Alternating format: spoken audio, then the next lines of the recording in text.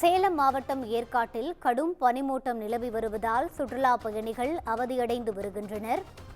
ஏழைகளின் ஊட்டி என்று அழைக்கப்படும் ஏற்காட்டில் காலை முதலே கடும் பனிமூட்டம் நிலவி வருகிறது.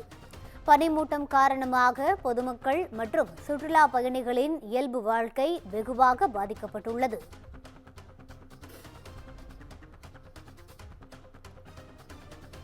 சேலம் மாவட்டம் ஏற்காட்டில் கடும் பனிமூட்டம் நிலவி வருகிறது. காலை முதலே கடும் பனிமூட்டம் நிலவி வருவதால் பொதுமக்கள் மற்றும் சுற்றுலா பயணிகளின் இயல்பு வாழ்க்கை வெகுவாக பாதிக்கப்பட்டுள்ளது.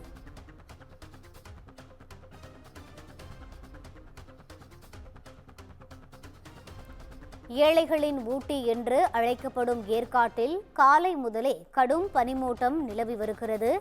இதன் காரணமாக பொதுமக்கள் மற்றும் சுற்றுலா பயணிகளின் இயல்பு வாழ்க்கை வெகுவாக பாதிக்கப்பட்டுள்ளது.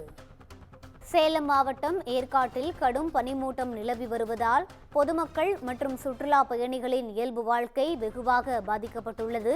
இதுகுறித்த கூடுதல் விவரங்களை வழங்குவதற்காக எமது செய்தியாளர் மணி இணைப்பில் இருக்கிறார். வணக்கம் மணி, கூடுதல் விவரங்களை பதிவு செய்யலாம்.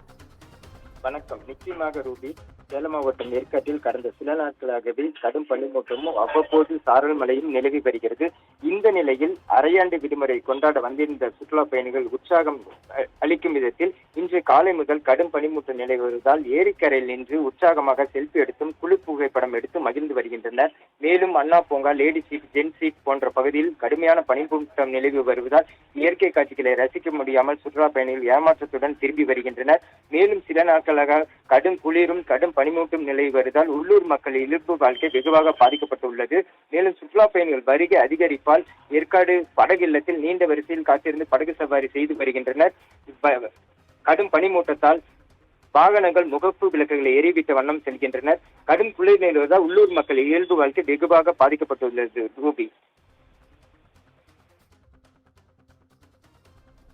விவரங்களை வழங்கியமைக்கு நன்றி மணி.